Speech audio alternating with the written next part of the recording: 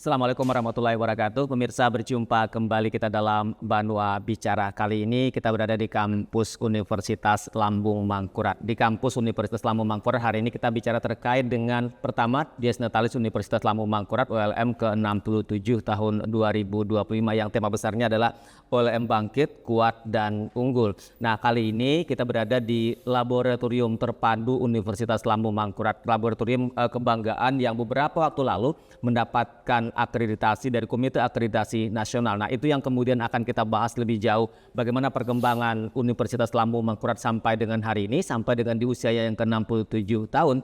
Kemudian kita kaitkan dengan tema besar, karena bagaimana kemudian hari ini Universitas Lambung Mangkurat dengan segala kemajuannya, dengan segala capaiannya, berangkat dari segala dinamika yang juga dihadapi Universitas Lambung Mangkurat. Saat ini saya bersama dengan Rektor Universitas Lambung Mangkurat, Bapak Profesor Dr. Ahmad MSI. Assalamualaikum Pak Prof.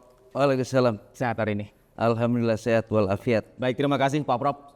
Sudah diperkenankan kita datang ke sini di Laboratorium Terpadu Universitas Lambung Mangkurat. Pak Prof, sebelum kita bahas lebih jauh, kita ingin melihat Universitas Lambung Mangkurat tahun ini kan di usia yang ke-67 tahun. Dalam Dies Natalis dengan tema besarnya ULM Bangkit, Kuat, dan Unggul. Universitas Lambung Mangkurat dengan segala capaian terakhir misalnya yang kemudian mengingatkan kepada publik adalah soal capaian akreditasi unggul yang sebelumnya Universitas Lambung Mangkurat sempat terdegradasi karena ada persoalan dengan segala dinamikanya. Prof, terkait dengan itu. Saya kira yang pertama saya ingin menyampaikan apresiasi dan terima kasih kepada TVRI Kalimantan Selatan yang telah berkontribusi secara sangat besar dalam membangun peradaban kampus Universitas Lambung Mangkurat. Tahun ini Universitas Lambung Mangkurat pada usia yang ke-67 tahun, alhamdulillah Universitas Lambung Mangkurat mampu menorehkan berbagai prestasi-prestasi luar biasa, dan tentu saja ini tidak terlepas dari dukungan seluruh stakeholder yang ada di Banua Kalimantan Selatan, baik media, kemudian pemerintah daerah, dan seluruh Forkopimda Kalimantan Selatan, dan bahkan dunia usaha juga turut serta memberikan dukungan yang luar biasa terhadap Universitas Lambung Mangkurat, dan juga para ulama yang ada di Kalimantan Selatan bahu-membahu bersinergi dengan Universitas Lambung Mangkurat dalam rangka memajukan pencapaian kinerja ULM. Nah, oleh karena itu ada beberapa capaian yang saya kira perlu diketahui oleh kita semua, bahwa saat ini Universitas Lambung Mangkurat dari 100 sekian program studi yang ada di ULM, ada 50 program studi yang sudah terakreditasi unggul di Universitas Lambung Mangkurat, dan ada 5 prodi yang terakreditasi A. Sehingga dengan demikian sudah ada 55 prodi yang bisa menjadi barometer keberhasilan Universitas Lambung Mangkurat dalam rangka mengawal proses penjaminan mutu untuk Tridharma perguruan tinggi yang dilaksanakan di ULM. Bahkan ada 8 program studi saat ini yang sudah terakreditasi internasional di Universitas Lambung Mangkurat, antara lain itu yang terakreditasi dari IAB di Fakultas Teknik 1 program studi Teknik Kimia.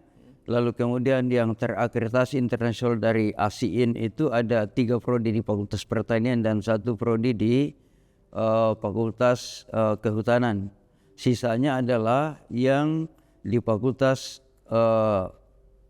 Kedokteran dan Ilmu Kesehatan yang terakreditasi dari LAMPTKS. Nah, oleh karena itu perlu saya sampaikan di sini Bapak Ibu sekalian bahwa proses akreditasi pada program studi yang begitu masif, Bapak Ibu sekalian, perkembangannya cukup luar biasa, maka tentu saja ini turut serta mendorong pencapaian akreditasi unggul untuk institusi, ya.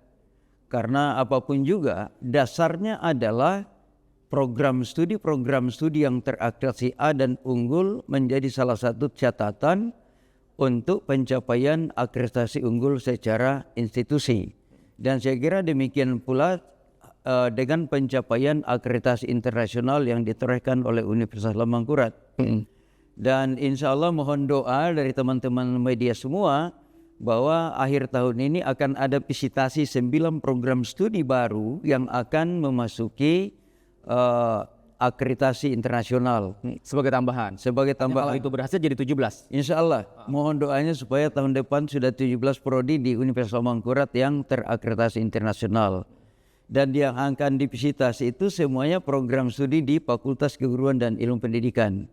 Ya, karena bukan kebetulan, tapi saat ini FKIP punya 21 prodi, seluruhnya sudah terakreditasi unggul, Bapak Ibu sekalian. Jadi luar biasa yang sudah dilakukan FKIP. Luar biasa, dan kita perlu berterima kasih kepada tim dan terutama Ketua Lembaga Penjaminan Mutu dan Pengembangan Pembelajaran, Prof. Agung, dosen muda yang sangat energik mengawal proses akreditasi program studi dan institusi di Universitas Lambung Mangkurat. Dan akhirnya juga selama 67 tahun saya kira alhamdulillah hari ini kita bisa sedikit berbahagia bahwa akhirnya Universitas Lambung Mangkurat punya laboratorium terpadu dengan 6 lab sekaligus yang terakreditasi dari Komite Akreditasi Komite Akreditasi Nasional atau KAN. Dengan gedung yang mewah ini. Dengan gedung yang luar biasa ini mudah-mudahan menjadi amal jariah dari rektor sebelum saya Prof. Sutarto Hadi dan seluruh jajarannya yang telah berhasil membangun gedung ini. Dan di masa saya alhamdulillah kita berhasil mengisi dengan peralatan-peralatan canggih, peralatan laboratorium yang cukup canggih, dan mengantarkan laboratorium ini menjadi laboratorium perguruan tinggi yang terakreditasi dari KAN. Prof, nanti kita akan bicara spesifik soal keunggulan laboratorium ini. Tentu kan satu sisi tidak hanya menjadi kebanggaan Universitas Lambung Mangkurat, tetapi juga Kalimantan Selatan. Bagaimana dampaknya? Itu nanti kan kita akan bahas berikutnya, Prof. Prof, tadi kan kalau kita bicara akreditasi universitas, dia kan dikontribusikan dari akreditasi di masing-masing prodi, di masing-masing fakultas. Nah, dalam rangka kemudian bangkitnya ULM sampai kembali ke akreditasi unggul yang kemudian hari ini kita raih sebagai sebuah kado manis di Dies Natalis kita ke 67, Prof, tentu kan ada banyak tantangan, ada banyak dinamika yang harus dihadapi, dan itu kan tidak mudah, Prof. Apalagi hari ini misalnya banyak tantangan universitas, bahkan tidak hanya di perguruan tinggi kan, hadapan terkait dengan persoalan kemampuan fiskal yang hari ini tidak baik-baik saja kan juga menjadi problem kan, Pak Prof. Betul.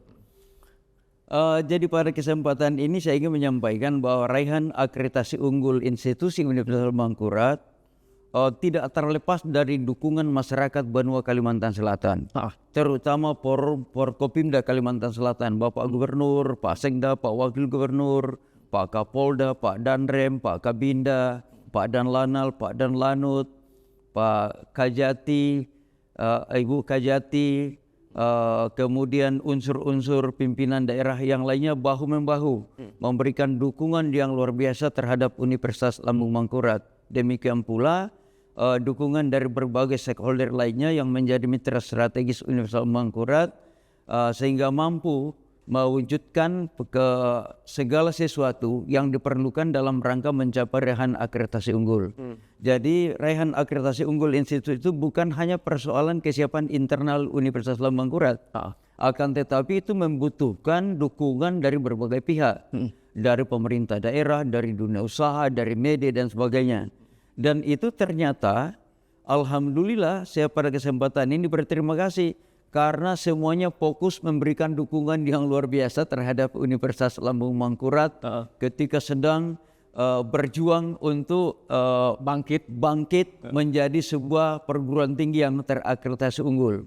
Bayangkan dari akreditasi A kemudian turun ke akreditasi baik yang selevel dengan akreditasi C, lalu kemudian kembali ajukan reakreditasi dan lompat menjadi akreditasi unggul. Dan itu tidak mudah dilalui.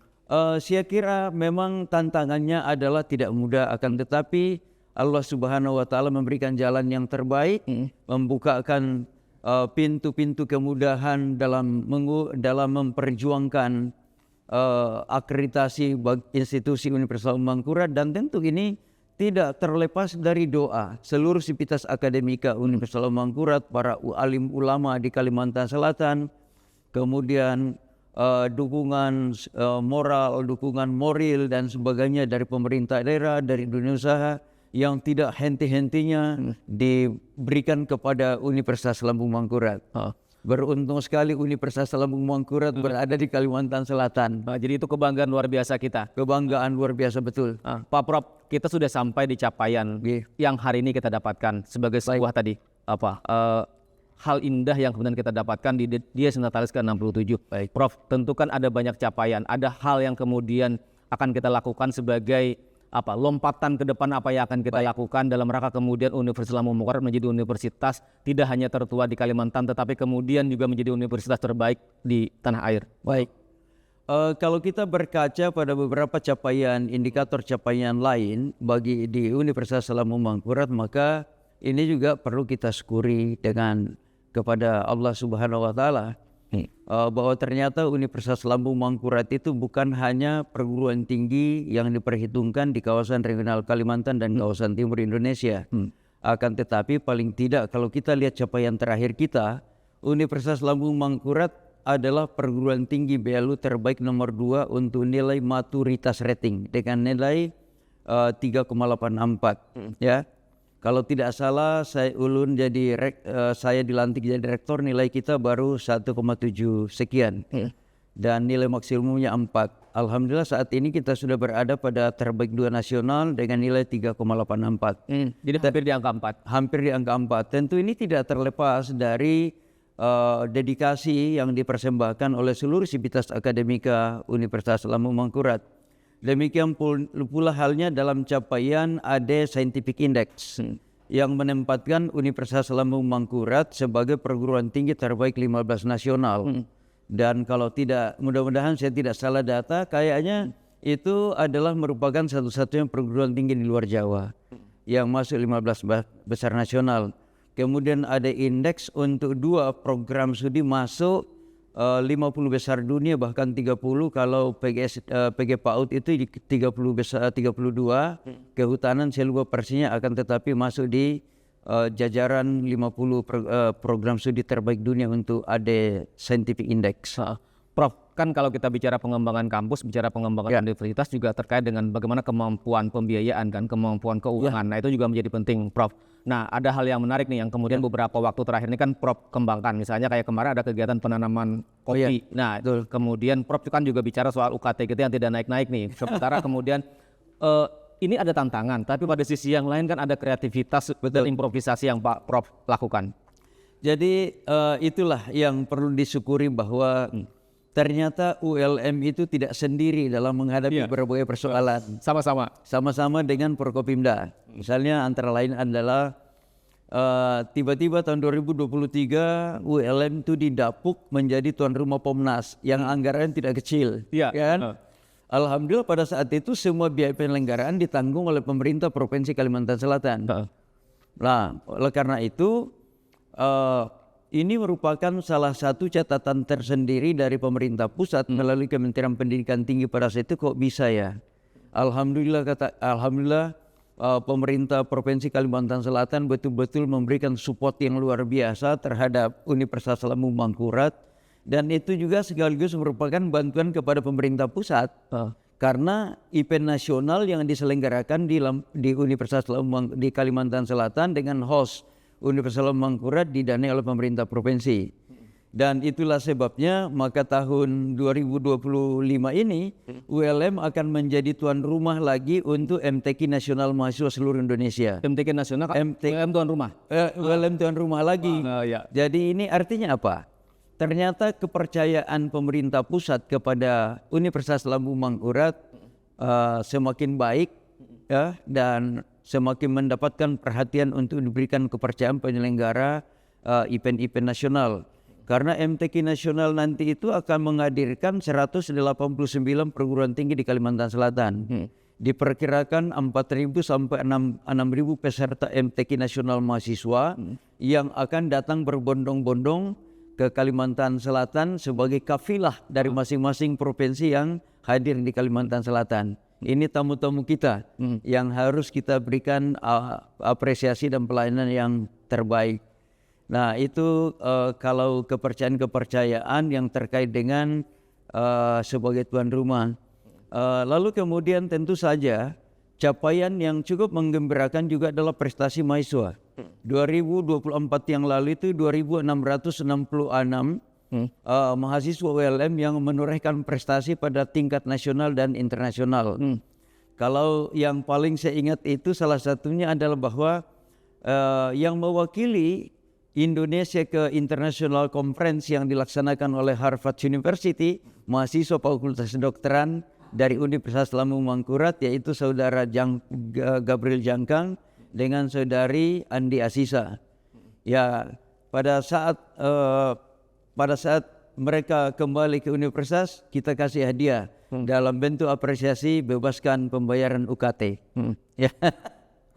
Nah, itu penghargaan yang luar biasa diberikan juga untuk mereka yang menorehkan prestasi untuk Lambung Mangkurat. Ya, saya kira itu salah satu bentuk kompensasi apresiasi yang kita berikan kepada mahasiswa kita yang menorehkan prestasi di kancah dunia internasional. Dan saya kira masih banyak yang lain. Lalu kemudian alhamdulillahnya kerjasama dengan Pak Kapolda dan Pak Kabinda Kalimantan Selatan, saya lapor Pak Jenderal, ULM punya kandang sapi di Sungai Riam, muat 200 ekor. Akhirnya Pak Kapolda dengan Pak Kabinda mencarikan CSR untuk perusahaan-perusahaan yang ada di Kalimantan Selatan, dan terima kasih Pak Kapolda, Pak Kabinda dan PT Gunung Antang Meratus yang telah memberdayakan kembali kandang sapi Universitas Lambung Mangkurat, dan kemarin sudah terisi ya sapinya dan sudah bahkan pada saat Idul Adha kemarin sudah sempat dijual 50 ekor. Ya, terima kasih sekali lagi. Lalu kemudian yang berikutnya kerjasama antara Kapolda dengan Kabinda Kalimantan Selatan dengan ULM, kita juga mengembangkan perkebunan jagung. Ya. Dan semua hasil dari ternak sapi dan sebagainya itu bertujuan untuk menekan agar tidak terjadi kenaikan UKT bagi mahasiswa Universitas Lambung Mangkurat. Nah, saya dapat informasi dari Pak Kapolda juga bahwa sudah ada lahan yang dipersiapkan untuk pengembangan tanaman jagung. Nah, kenapa kita tanam kopi kemarin di kampus Banjarbaru? Ya, yang beberapa hari lalu. Saya berpikir kalau lokasi kampus Banjarbaru ini sebagai potensi yang bisa untuk menghijaukan kota Banjarbaru, akan tetapi saya kira paling ideal kalau kita isi dengan tanaman-tanaman yang bersifat produktif. Kebetulan saya sendiri sebagai pribadi bertani, mengembangkan kopi, maka saya kirim bibit kopi kemarin 350 sebagai percontohan ke Banjarbaru, ditanam pada saya dentalis. Saya perkirakan masih 10.000 masuk di kampus Banjarbaru. Masih bisa. Dengan konsep satu pohon kopi dipelihara dirawat oleh satu mahasiswa. Dan itu sangat memungkinkan sampai produksi. Akhirnya kalau kita hitung matematik, dengan harga kopi saat ini, kalau 10.000 pohon bisa ditanam di kampus Banjarbaru, itu income generating bisa sampai 2 miliar per tahun. Kalau 10.000 bisa masuk. Jadi tidak semata bicara tentang penghijauan, tidak bicara tentang pemanfaatan lahan, tapi ada nilai ekonomis luar biasa yang kemudian bisa kita raih. Termasuk nanti kalau ini bisa berkembang, setidaknya kan bisa menjadi model kampus-kampus lain di Indonesia. Ya, harapannya seperti itu. Tapi yang jauh lebih penting bagi saya adalah tanaman produktif ini mampu menahan kenaikan UKT bagi mahasiswa. Ya, Prof, kan kalau kita bicara tentang UKT, ini kan sesuatu yang luar biasa nih, terobosan yang Pak Prof lakukan dalam rangka kemudian tidak menaikkan UKT, karena kalau kita menaikkan UKT kan ujungnya nanti akan juga memberatkan beban masyarakat, beban orang tua juga. Nah, artinya ini menjadi kreativitas, improvisasi yang luar biasa dari Pak Prof dalam rangka kemudian menuju kemandirian Universitas Lambung Mangkurat, apalagi dengan status BLU-nya ya Pak Prof. Ya, salah satunya itu karena memang tujuan BLU itu adalah perguruan tinggi itu diharapkan memberikan pelayanan tridharma perguruan tinggi yang berkualitas dengan biaya murah. Biaya murah dalam pengertian tidak menjadi beban masyarakat. Betul. Nah, oleh karena itu tantangannya memang adalah bagaimana perguruan tinggi itu berkreativitas dalam rangka menekan biaya seefisien mungkin, lalu kemudian mampu menghasilkan dalam rangka menutupi kekurangan kebutuhan biaya operasional yang tentu saja semakin hari semakin naik. Nah, itu tantangan. Jadi di tengah tuntutan kita bagaimana tuntutan masyarakat yang tinggi, tapi pada sisi yang lain kemampuan keuangan kita yang terbatas, maka disitulah ada ruang yang kemudian dicari tadi. Betul. Nah, Pak Prof, kan Pak Menteri juga sering dalam banyak sambutan menyampaikan, mengingatkan dan berharap bagaimana kampus berdampak kan Pak Prof. Nah, bagaimana kampus berdampak tidak hanya bicara tentang pengembangan sumber daya manusianya, tidak hanya penyelenggaraan pendidikan, tetapi juga berpengaruh terhadap masyarakat, berdampak terhadap daerah Pak Prof. Baik. Bagaimana kalau kita ULM? Jadi salah satu yang kami sangat berbahagia bahwa dari waktu ke waktu Universitas Lambung Mangkurat memberikan dampak yang luar biasa terhadap kehidupan masyarakat kita. Salah satu di antaranya melalui kerjasama Polda, yaitu pemberdayaan pesantren mandiri dengan pengembangan perikanan berbasis bioflok. Nah, mahasiswa perikanan terlibat di situ dengan teman-teman dari Fakultas Perikanan terlibat secara langsung bekerjasama dengan Polda Kalimantan Selatan. Dan itu kan roda perputaran ekonomi di situ sangat tinggi. Lalu kemudian di samping itu mahasiswa KKN Universitas Mangkurat ke beberapa kabupaten yang ada di Kalimantan Selatan.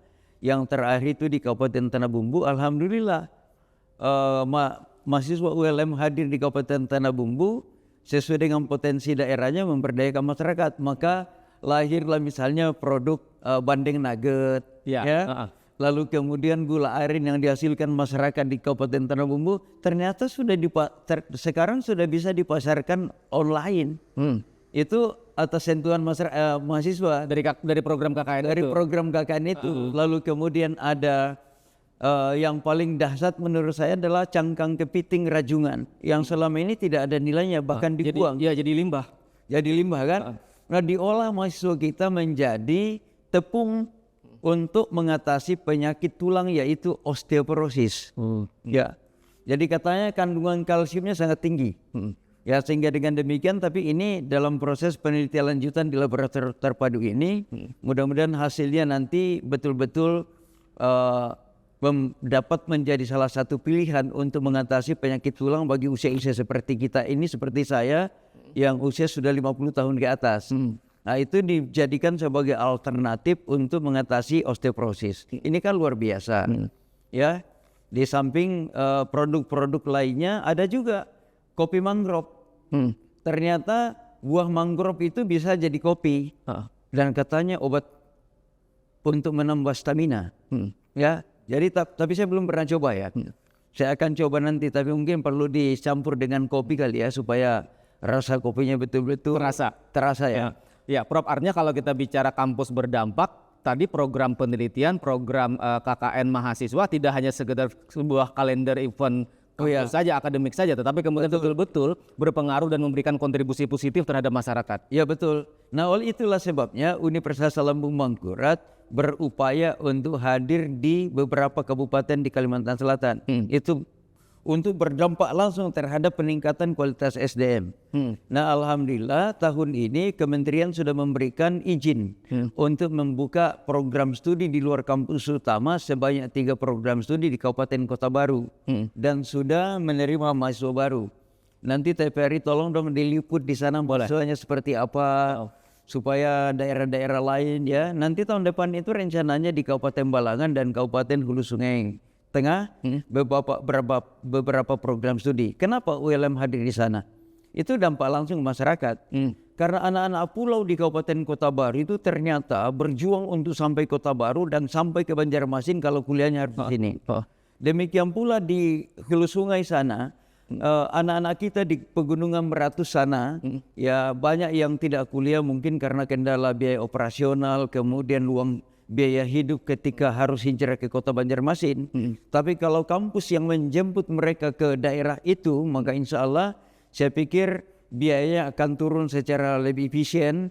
Dan apalagi dibantu pemerintah daerah untuk UKT-nya dan sebagainya, maka diharapkan betul-betul ini strategi dalam rangka memperluas akses pendidikan tinggi yang berkualitas di Kalimantan Selatan, sekaligus untuk mendorong percepatan peningkatan IPM, APK dan APM Kalimantan Selatan. Prof, artinya program PSDKU, program studi di luar kampus utama, Kota Baru sudah jalan, menyusul nanti Hulu Sungai Tengah dan Kabupaten Balangan. Ini dalam rangka kemudian mendekatkan akses masyarakat untuk akses pendidikan. Dan itu kemudian betul-betul nanti diharapkan bisa berdampak positif yang lebih masif lagi. Betul, insya Allah. Dengan kehadiran program studi di daerah-daerah itu adalah akan mendekatkan pendidikan tinggi ke masyarakat yang memiliki keterbatasan ekonomi untuk kuliah di kota. Akan tetapi kan syaratnya tidak mudah. Betul. Karena program studi yang boleh dibuka di luar kampus utama itu adalah program studi yang minimal terakreditasi A. Oh, Ya. minimal akreditasi. Minimal akreditasi Jadi tidak A. semua program studi bisa dibuka. Tidak bisa, kalau tidak teraksi unggul tidak bisa dibuka di luar daerah. Karena itu adalah merupakan salah satu jaminan mutu pendidikan tinggi yang harus diberikan kepada masyarakat. Kemudian yang kedua yang agak sulit adalah memenuhi ketersediaan dosen. Ya, ketersediaan dosen home base pada saat pembukaan program studi itu. Jadi program studi yang kita buka di luar daerah itu adalah program studi yang teraksi unggul dan memiliki tenaga dosen yang cukup. Ya meskipun secara kelembagaan ULM sudah menerima izin dari kementerian untuk dapat menerima dan mengangkat dosen BLU. Ya, jadi bisa juga ya. Nah sehingga ke depan itu ya mudah-mudahan segera ada, karena untuk ULM dalam rangka memperluas akses pendidikan di Kalimantan Selatan dilakukan dengan dua cara, yaitu pertama dibuka di eksternal melalui strategi PSDKU, kemudian di internal kita menambah terus program studi S2 tambah terus, S3 tambah terus, spesialis juga nambah terus, kemudian program studi S1 juga tambah terus. S2 yang baru itu misalnya farmasi, psikologi, baru keluar arsitektur, kemudian S1 ilmu lingkungan, S3 ilmu kehutanan. Itu prodi-prodi yang baru. Nah lalu kemudian masih banyak usulan-usulan program studi yang diinginkan oleh teman-teman itu. Di FISIP juga ada prodi baru yaitu antropologi. Ya kenapa antropologi kita buka di Universitas Lomangkurat? Salah satu diharapkan akan menjadi benteng pertahanan dari gempuran dinamika perubahan budaya global. Karena antropologi itu adalah benteng pertahanan untuk peradaban masyarakat kita, budaya Banjar dan budaya Dayak. Ya, kalau 100 tahun yang akan datang siapa lagi yang akan menyuarakan hal itu? Kalau tidak ada pertahanannya di kampus. Makanya itu ULM menginisiasi untuk membuka program studi antropologi. Prof, artinya kalau kita bicara program studi tadi tidak hanya bicara soal bagaimana pengembangan program studi yang hari ini sudah existing, tetapi bagaimana menciptakan, bagaimana kemudian membuat program studi baru itu juga dilakukan, termasuk dari PSDKU. Dan semua itu kan dengan segala persyaratan yang sangat rumit kan Pak Prof, dan sangat berat. Artinya kemudian dia relate dengan ketika hari ini kita kembali pada akreditasi unggul. Kita bisa bayangkan kalau kemudian kita tidak mendapatkan akreditasi unggul, itu tidak juga bisa kita lakukan Ya, Pak Prof. betul, jadi akan menjadi satu hambatan tersendiri. Jadi oleh karena itu sekali lagi terima kasih kepada seluruh masyarakat Kalimantan Selatan, pemerintah daerah, kemudian Sivitas Akademika ULM yang memberikan semangat dukungan yang luar biasa sehingga kita mampu mencapai apa yang kita harapkan. Prof, ke depan dengan segala tantangan, dengan banyak hal yang akan kita raih, termasuk tadi misalnya ada pengembangan program studi, kemudian PSDKU di 2 kabupaten menyusul nanti misalnya Hulu Sungai Tengah dan Kabupaten Balangan. Nah, dalam rangka kemudian penguatan kapasitas misalnya dalam rangka pengembangan sumber daya manusia dosennya misalnya. Nah, bagaimana itu dilakukan juga Pak Prof? Termasuk misalnya capaian atau target-target untuk penambahan guru besar, Pak Prof. Jadi untuk ke depan ya ada beberapa hal fundamental yang sedang dipersiapkan oleh Universitas Lambung Mangkurat. Misalnya kalau kita berbicara peningkatan jumlah guru besar itu kan basisnya adalah riset. Betul. Berdasarkan keunggulan universitas kita. Unggulan Universitas Lambung Mangkurat itu adalah unggul atau excellent di bidang lingkungan lahan basah. Nah kita patut bersyukur bahwa di Indonesia saat ini yang punya mangrove 611 hektar rasanya baru Universitas Lambung Mangkurat. Itu dalam rangka memperkuat implementasi visi misi Universitas Lambung Mangkurat sebagai perguruan tinggi yang konsen di bidang lingkungan lahan basah, dan itu akan menjadi pusat penelitian mangrove dunia. Dan Pak Menteri bilang ke saya, kita kasih nama Laboratorium Mangrove Tropis Indonesia.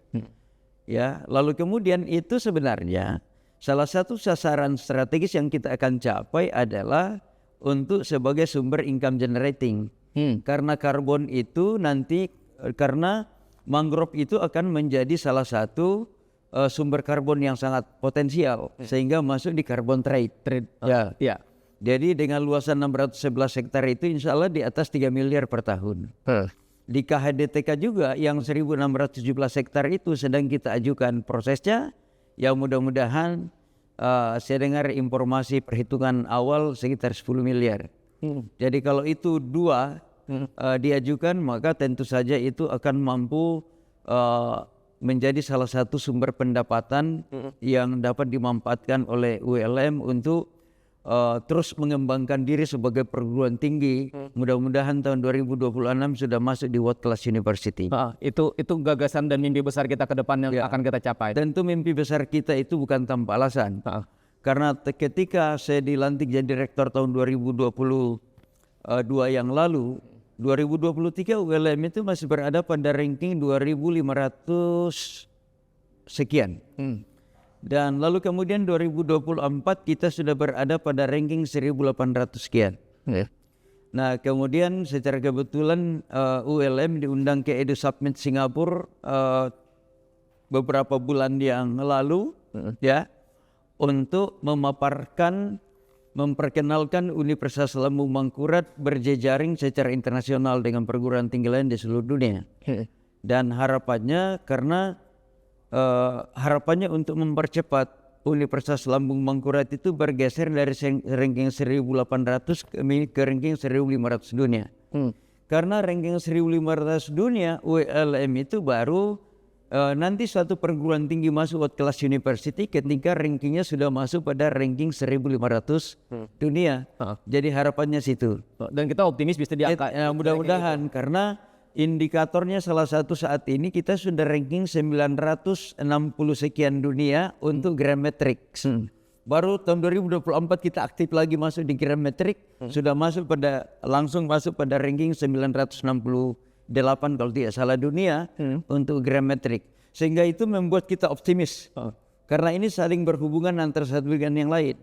Nah, sehingga dengan demikian penguatan publikasi ke depan itu alhamdulillah ULM itu melalui kerja keras seluruh sivitas akademika Universitas Mangkurat yang tahun 2023 yang lalu ULM itu ranking Sintanya masih 45 dan alhamdulillah sekarang sudah berada pada ranking 24. Dari 45 kita ke 24. Ya, demikian pula dengan Edu Ranking. Edu Ranking kita 2023 masih 47, kemudian 2024 ke 31 dan 2025 sudah 27. Ya. Prof, artinya dengan segala capaian yang sudah kita lakukan, dengan segala dinamika yang pernah dihadapi ULM, dengan berbagai masalah yang pernah dihadapi kan, betul, sampai kemudian kita harus turun akreditasi dan hari ini dengan capaian yang ada, sesungguhnya kita optimis bisa masuk ke World Class University tadi. Saya secara pribadi sangat optimis dengan melihat pergerakan dan semangat kawan-kawan di internal Universitas Lambung Mangkurat dan juga dukungan dari berbagai pihak akan mampu mendorong Universitas Lambung Mangkurat melangkah lebih maju lagi, mencapai impian-impiannya untuk membawa nama Banua Kalimantan Selatan lebih bermartabat lagi. Oke, Pak Prof, nanti kita masuk di segmen berikutnya terkait dengan keberadaan laboratorium terpadu ini. Ini salah satu kebanggaan kita yang kemudian tadi kata Pak Prof kan sudah singgung mendapat akreditasi dari Komite Akreditasi Nasional, Pak Prof. Dan pemirsa TVRI Kalimantan Selatan, kami akan kembali setelah jeda yang berikut ini.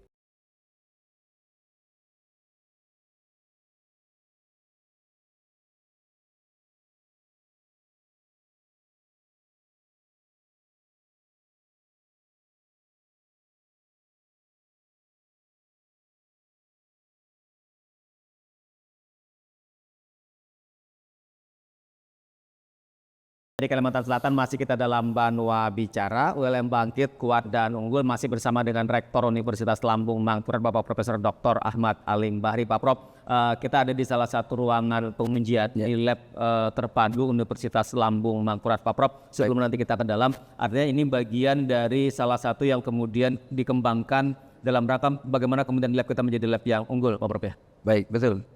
Jadi saya kira yang pertama saya ingin sampaikan kepada kita semua, kepada masyarakat Banua Kalimantan Selatan bahwa laboratorium terpadu Universitas Lambung Mangkurat ini adalah laboratorium yang terakreditasi dari Komite Akreditasi Nasional. Ini merupakan jaminan mutu bahwa lab Universitas Lambung Mangkurat itu betul-betul merupakan lab yang patuh dan taat pada asas mutu. Dan ini adalah merupakan salah satu laboratorium yang cukup canggih yang dimiliki oleh perguruan tinggi negeri di seluruh Indonesia.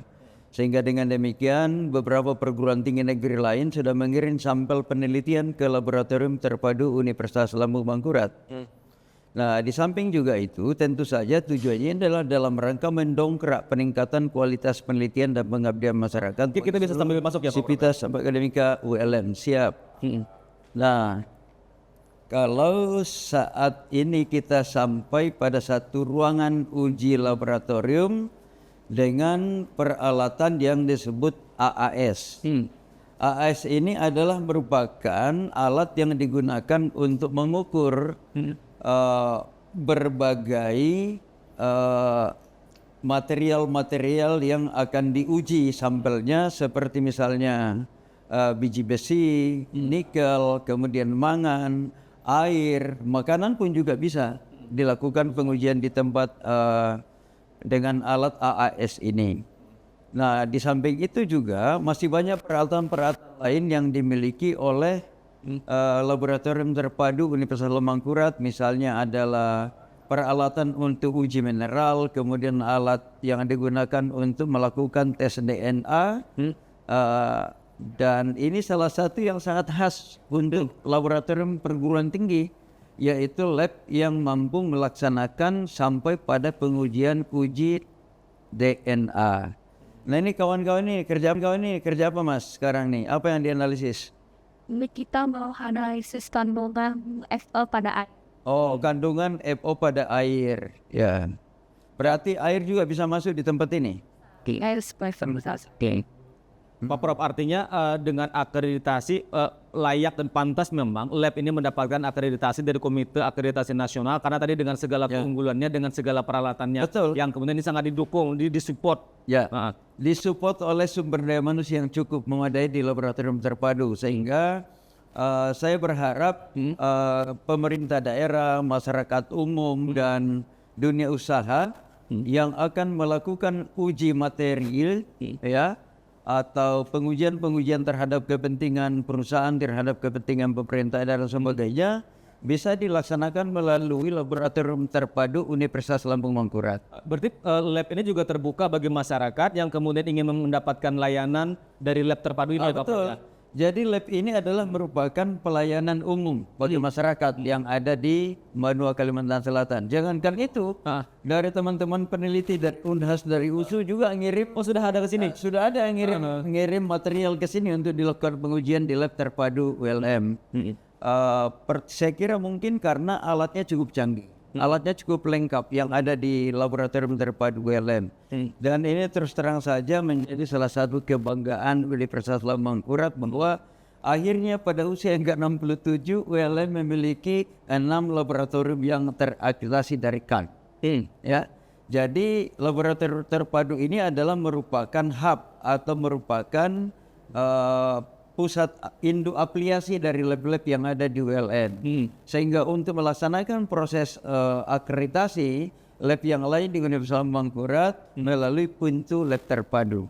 Prof, artinya dengan berbagai jenis layanan, termasuk tadi ada lab uji DNA, artinya kemudian kalau selama ini misalnya kebutuhan untuk uji DNA itu harus keluar dari Kalimantan Selatan, sekarang Universitas Lambung Mangkurat dengan keberadaan lab terpadunya sudah bisa melakukan pengujian sampel di sini, berarti ya Pak? Sudah bisa dilaksanakan di Universitas Lambung Mangkurat di melalui lab terpadu, dan kita sudah kerjasama dengan Polda Kalimantan Selatan, Dokkes Polda Kalimantan Selatan dan forensik untuk melakukan uji ini, dan sudah terlibat kemarin pada saat ada musibah helikopter jatuh. Meskipun masih ada bahan-bahan yang belum pada saat itu yang belum ada, sehingga masih belum seluruhnya dilaksanakan di sini.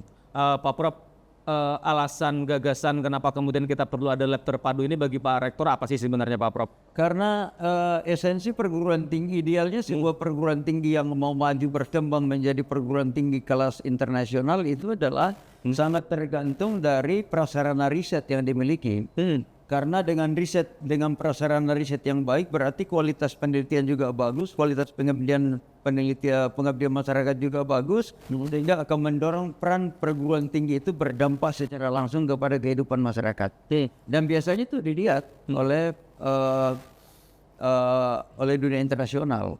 Prof, ada perlakuan pelayanan yang berbeda nggak, misalnya untuk sivitas akademika ULM atau untuk mahasiswa ULM yang menggunakan laboratorium ini? Kan tentu kalau kita bicara layanan lab kan tentu ada biaya kan, Ya, Prof. Ada perlakuan berbeda nggak untuk teman-teman mahasiswa atau dengan masyarakat umum, Pak Prof? Jadi begitu kepala laboratorium terpadu menemui saya mengenai tarif, saya bilang saya perintahkan untuk kebutuhan internal Sivitas Akademika Universitas Lambung Mangkurat maka diberikan diskon 50%. Ya, Jadi 50% saja yang dibayar. ya 50% dibayar, misalnya 10.000 bayar 5.000. Ya kan? Pokoknya berlaku diskon 50% dalam rangka mendorong memberikan kemudahan. Karena waktu saya ketua lembaga penelitian, saya rasakan betul teman-teman peneliti itu bilang ke saya, sampaikan kepada saya, Pak, saya punya dana ini sebagian juga tersedot Habis untuk biaya lab.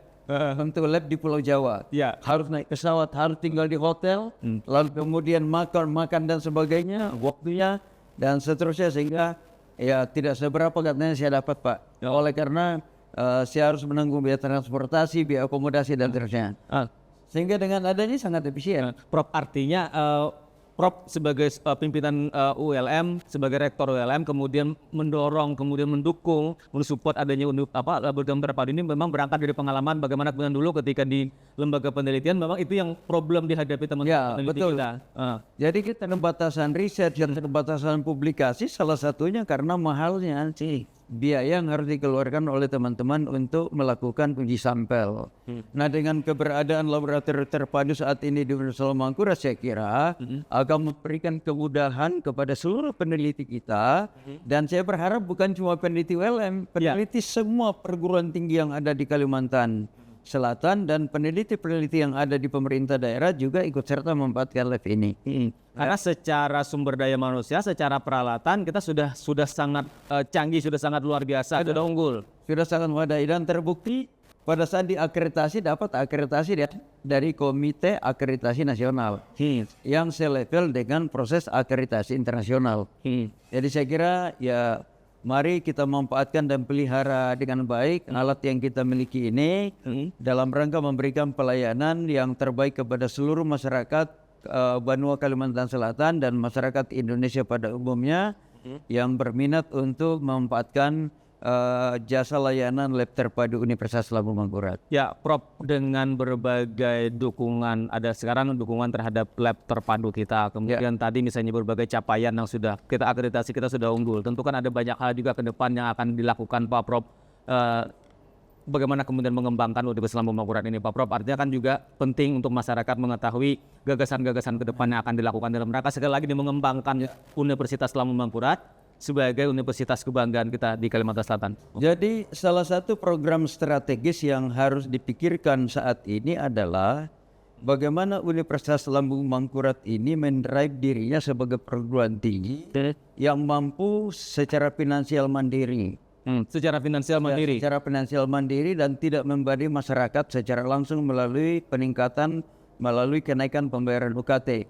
Nah, oleh karena itu Universitas Lambung Mangkurat bekerja sama dengan berbagai pihak berupaya untuk menjalankan beberapa pengembangan usaha yang berbasis pada sumber daya yang kita sudah miliki. Nah, mudah-mudahan ke depan itu ULM itu segera memiliki cadangan pengembangan kampus. Ya, cadangan pengembangan kampus di sekitar Banjarbaru. Mudah-mudahan bisa diwujudkan.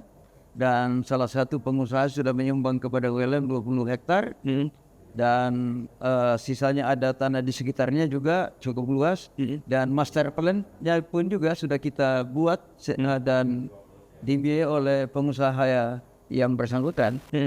Kalau tidak salah biaya 2 miliar disumbangkan oleh beliau untuk menyusun master plan pengembangan kampus yang lebih yang apa namanya, yang ramah lingkungan. Jadi grand design kampusnya sudah grand design kampus berkelas internasional.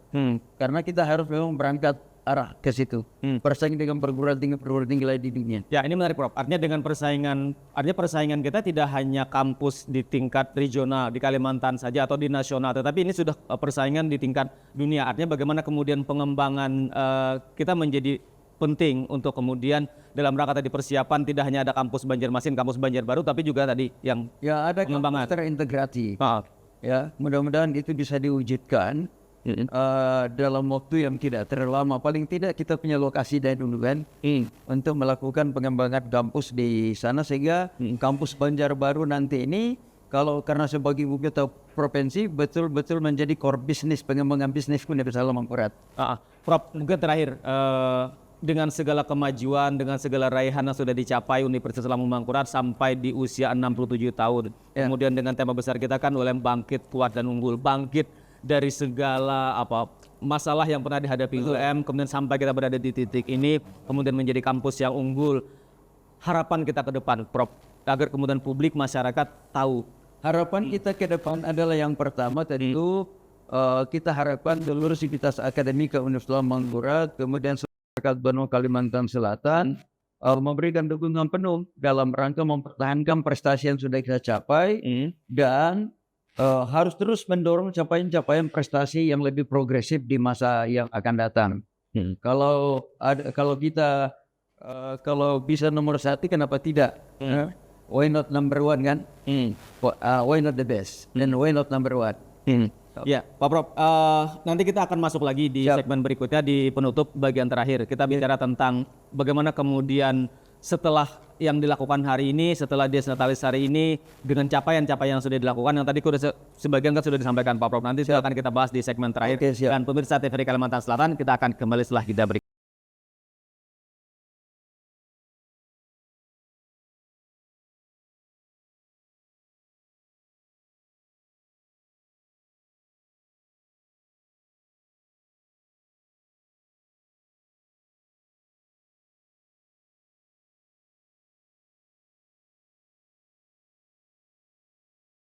Pemirsa TVRI Kalimantan Selatan, masih kita bersama dengan Rektor Universitas Lambung Mangkurat, Bapak Profesor Dr. Ahmad Ali Bahri, dengan tema kita hari ini ULM bangkit, kuat dan unggul. Pak Prof, tadi ada banyak hal yang sudah kita perbincangkan, kita bercakapkan terkait dengan kemajuan, capaian, raihan yang hari ini sudah dicapai Universitas Lambung Mangkurat di usianya yang ke-67 tahun, yang baru beberapa hari lalu kita menggelar puncak Dies Natalis. Pak Prof, terakhir tentu kan menjadi penting menyampaikan kepada publik, kepada masyarakat Kalimantan Selatan terkait dengan apa yang akan kita lakukan ke depan dalam rangka kemudian tentu kita tidak berpuas dengan apa yang sudah diraih ULM hari ini, termasuk kemarin bagaimana kita berjuang mengejar kembali akreditasi unggul itu Pak Prof. Pada kesempatan ini saya ingin menyampaikan tentu saja rasa syukur kepada Allah Subhanahu wa taala, terima kasih kepada seluruh masyarakat Kalimantan Selatan. Lalu kemudian izinkan saya untuk menyampaikan beberapa hal strategis yang harus kita lakukan ke depan dalam rangka memberikan ruang kepada Universitas Lambung Mangkurat untuk menjadi perguruan tinggi yang terdepan di Kalimantan, di Indonesia atau secara nasional. Yang pertama tentu saja ke depan itu Universitas Lambung Mangkurat harus melakukan penguatan riset dan pengabdian ke masyarakat yang berdampak secara langsung kepada masyarakat Indonesia. Lalu kemudian yang kedua, mendorong capaian-capaian prestasi prestisius di kalangan mahasiswa, kalangan dosen, dan kalangan tendik yang berkolaborasi dengan masyarakat, dengan pemerintah daerah dan juga dengan dunia usaha. Kemudian yang ketiga adalah penguatan pengembangan institusi melalui pengembangan usaha-usaha yang dimungkinkan oleh perguruan tinggi Universitas Lambung Mangkurat dalam rangka mendorong kemandirian finansial agar Universitas Lambung Mangkurat hadir dalam rangka memberikan pelayanan pendidikan tinggi yang lebih murah dan lebih berkualitas ya. Tentu saja kita sudah buktikan bahwa kita tidak selama tahun 2014 yang lalu kita sudah tidak pernah lagi menaikkan UKT melihat perkembangan ekonomi masyarakat kita di Benua Kalimantan Selatan. Maka salah satu bentuk empati dari Universitas Lambung Mangkurat adalah tidak berusaha untuk menaikkan UKT. Ya.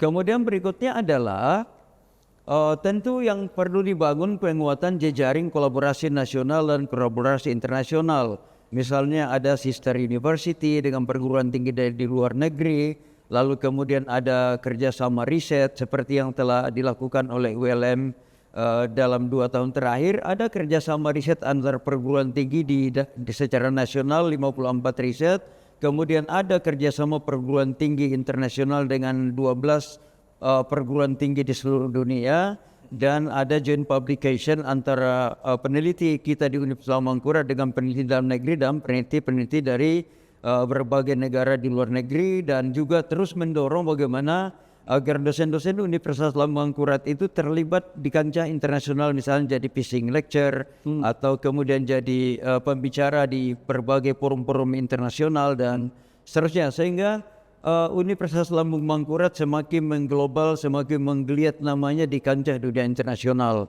Kemudian kita juga mendorong mahasiswa Universitas Lambung Mangkurat untuk mengikuti berbagai event-event lomba internasional yang mampu membawa nama baik Universitas Lambung Mangkurat. Saya kira itulah beberapa hal yang perlu dilakukan di masa yang akan datang untuk mengantarkan Universitas Lambung Mangkurat menjadi universitas yang semakin maju dan berkembang, dan tidak hanya diperhitungkan di kawasan regional Kalimantan, kawasan timur Indonesia, akan tetapi mulai diperhitungkan pada level nasional dan internasional.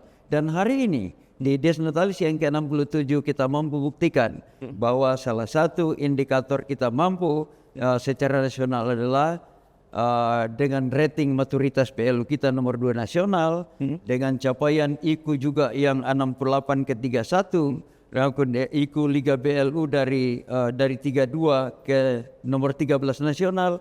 Kan ini capaian lompatannya sudah sangat jauh. Lompatan-lompatan ini belum terlalu membanggakan sebenarnya, akan tetapi patut disyukuri bahwa ternyata kita berada pada suatu perjalanan menuju ke arah yang lebih prestisius. Prof, dengan sasaran yang akan kita capai ke depan, yang akan kita raih ke depan, dengan kondisi hari ini, dengan segala kemampuan kita yang ada, karena kita kan sudah melampaui masa-masa sulit yang kemarin sudah kita lalui, hari ini kita berada di usia yang ke-67 tahun dan kita optimis bisa mencapai itu ya Pak Prof, termasuk menjadi world class university tadi. Ya, saya kira yang pertama adalah perlu penguatan internal dan eksternal yang secara bersama-sama mendorong percepatan pencapaian cita-cita dan harapan Universitas Lambung Mangkurat menjadi bahagian dari world class university. Dan itu tidak bisa dipungkiri hanya riset, publikasi, kolaborasi pengambilan masyarakat dan kemampuan dan prestisius akademik lainnya yang akan bisa mengantarkan universitas ini menjadi menempati posisi terhormat.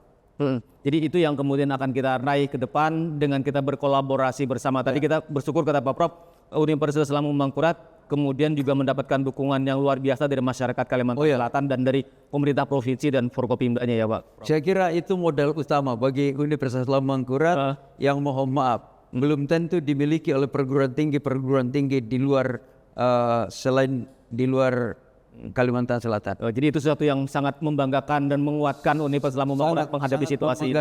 Dan sangat memberikan semangat dan motivasi untuk terus berlari dan berlari untuk menggapai harapan dan cita-cita akademika Universitas Lambung Mangkurat. Oke, terima kasih banyak Pak Prof, dan mudah-mudahan apa yang kemudian menjadi gagasan besar kita menjadi world class university bisa terwujud dengan kolaborasi banyak pihak tadi. Dan pemirsa TV Kalimantan Selatan, demikian tuntas sudah kebersamaan kita dalam Banua Bicara kali ini bersama dengan Rektor Universitas Lambung Mangkurat Bapak Profesor Dr. Ahmad Alim Bahri, dengan bicara lebih jauh soal bagaimana ULM bangkit, kuat dan unggul dalam Dies Natalis dalam usia Universitas Lambung Mangkurat yang ke-67 tahun 2025. Terima kasih dan wassalamualaikum warahmatullahi wabarakatuh.